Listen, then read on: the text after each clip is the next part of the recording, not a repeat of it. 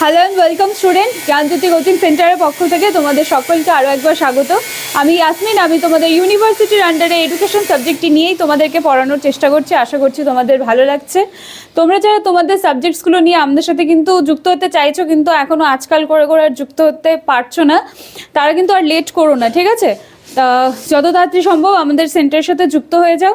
এবং যুক্ত হওয়ার জন্য দেখো এখানে কর্নারে দুটো নাম্বার দেওয়া আছে, 6295916282 70763986606। এই দুটো নাম্বারের মধ্যে যে কোনো একটি নাম্বারে কল করে যত তাড়াতাড়ি সম্ভব আমাদের সাথে যুক্ত হয়েছে। আমাদের প্রত্যেকটি সাবজেক্টের কিন্তু অনলাইন ক্লাস স্টার্ট হয়ে গেছে, সেজন্য লেট করো না, ঠিক আছে? আর তোমরা যারা তোমাদের যে সমস্ত সাবজেক্টসগুলো নিয়ে অ্যাডমিশন হবে, আমাদের সাথে যুক্ত হবে, তার জন্য কিন্তু কোর্স ফি ভীষণ সামান্য রাখা হয়েছে, শুধুমাত্র 999 টাকা, অনলি 999, এবং কোর্স ডিউরেশন আছে 6 মান্থসে, ঠিক আছে?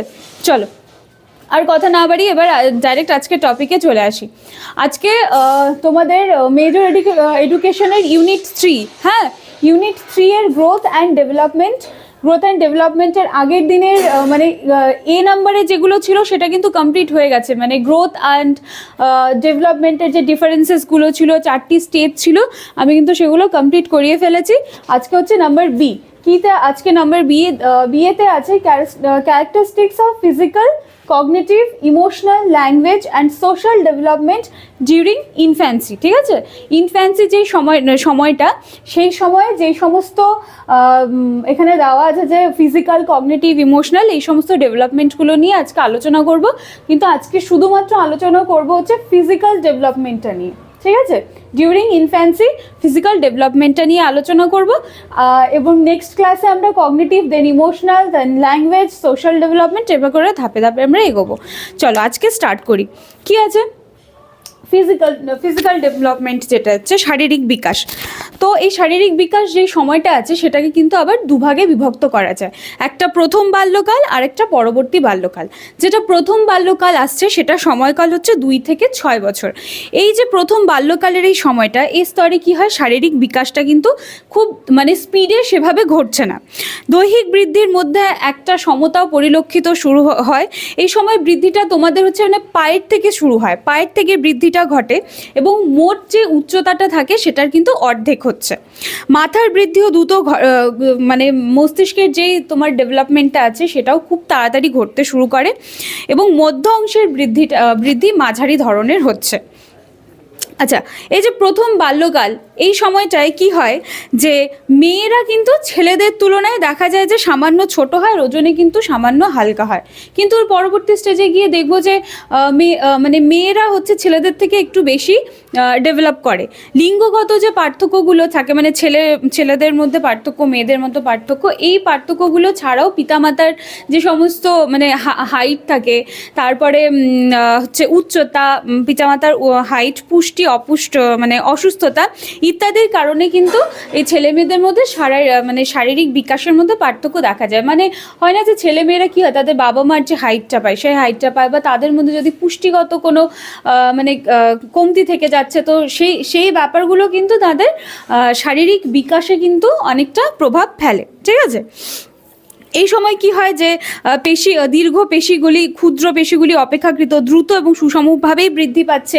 এই যে শারীরিক যে পরিবর্তনগুলো হচ্ছে, এর যেমন শ্বাস প্রশ্বাস, তারপরে এই যে হৃদযন্ত্রের যে গতি সেটা হ্রাস পায়, রক্তচাপ বৃদ্ধি পায় এই বয়সটার মধ্যে। মানে এই যে প্রথম বাল্যকাল যেটা বলা হয়েছে 2 থেকে 6 বছর, এই সময় কি হয় যে প্রাপ্তবয়স্কের মস্তিষ্কের প্রায় মানে 90% কিন্তু এই সময় গঠন হয়ে যায়, এই প্রথম বাল্যকালটা। এরপরে আসবো আমরা হচ্ছে প্রথম বাল্যকালের পরে পরবর্তী বাল্যকাল। এই সময়টা কত? 6 বছর থেকে 12 বছর। এই সময় জীবন বিকাশের অন্যতম স্তর কিন্তু আমাদের 8 থেকে 10 বছর, ঠিক আছে? আকারে, ওজনে, মস্তিষ্ক যেটা থাকে ছেলে মেয়েদের, সেটা কিন্তু একজন প্রাপ্তবয়স্কের মতো হয়ে যায়। সবচেয়ে ভালো স্বাস্থ্য এই যে মানে পরবর্তী বাল্যকাল, যেটা 6 থেকে 12, এই সময় কিন্তু সব থেকে ভালো স্বাস্থ্যটা লক্ষ্য করা যায় বাচ্চাদের মধ্যে। কাজের পরিমাণ বৈচিত্র্যের মানে পূর্বের থেকে অনেক বেশি, এমনকি পরবর্তী এর পরের যে স্তরটা আসে তাদের, সেই স্তরেও তাদের এত ভালো মানে বিকাশ বৃদ্ধি দেখতে পাওয়া যায় না, যতটা কিন্তু এই যে পরবর্তী বাল্যকাল যে সময়টা, সেই সময় কিন্তু দেখতে পাওয়া যায়। এই সময় কি হয়, তাদের সহ্য শক্তি, তাদের মধ্যে সজীবতা বৃদ্ধি হয়, তাদের মধ্যে সহ্য করার ক্ষমতাটা কিন্তু আস্তে আস্তে আস্তে আস্তে গ্রো করে এই সময়। হ্যাঁ, এই সময় দেখা যায় যে বাচ্চারা সারাদিন খেলছে, স্কুল যাচ্ছে, পড়াশুনো করছে, নানান ধরনের অ্যাক্টিভিটিস করছে, কিন্তু তারপরেও তারা কিন্তু খুব সহজে টায়ার্ড হয়ে যায় না। তার মানে তাদের মধ্যে মানে প্রাণবন্ততা যে ব্যাপারটা তাদের মধ্যে এই সময়টা খুব ভীষণভাবে লক্ষ্য করা যায়। পরবর্তী বাল্যকালে কি হয় যে দৈর্ঘ্য আর ওজনটা সেটা কিন্তু আস্তে আস্তে বৃদ্ধি পায়। বালিকারা বালকদের থেকে দৈহিক বিকাশে 2 বছর এগিয়ে থাকে। যখন আমি প্রথম বাল্যকাল পড়ালাম তখন বললাম যে মানে পরবর্তী বাল্যকালে এসে দেখা যায় যে মেয়েরা ছেলেদের থেকে এগিয়ে যাচ্ছে। তো এই সময়টাই হচ্ছে মানে মেয়েরা ছেলেদের থেকে দৈহিক বিকাশের দিক থেকে 2 বছর কিন্তু এগিয়ে থাকে। শারীরিক সমস্ত দিকেই পরিবর্তন দেখা যায়, এর সাথে সাথে মুখমণ্ডলেরও নানান চেঞ্জেস দেখা যায়। তারপরে ছোটোবেলায় যে সমস্ত শৈশবের দাঁতগুলো ছিল সেগুলো পড়ে গিয়ে পার্মানেন্ট দাঁত যেগুলো হয় সেগুলো হয়। তো এই সমস্ত কিছু হচ্ছে আমাদের ফিজিক্যাল ডেভেলপমেন্ট, মানে শারীরিক যে সমস্ত চেঞ্জেসগুলো আসে, এই সমস্ত চেঞ্জেসগুলো সম্পর্কে আজকে আলোচনা করলাম। ঠিক আছে, তোমরা ভিডিওটা ভালো করে দেখবে।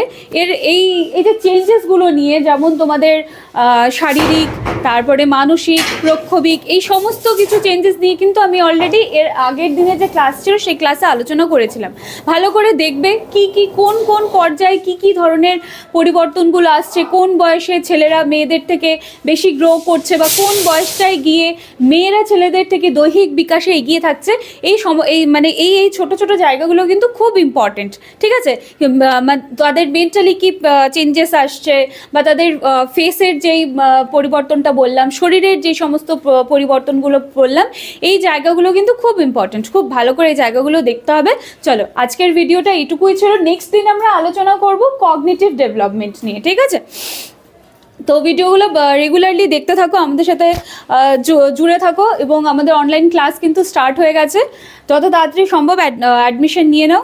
চলো, ভিডিওটা ভালো থাকলে লাইক, কমেন্ট, শেয়ার, সাবস্ক্রাইব করে দেবে, এবং বন্ধুদের মাঝেও শেয়ার করে দিও, তাদেরও যেন সুবিধা হয় বুঝতে। চলো, থ্যাংক ইউ।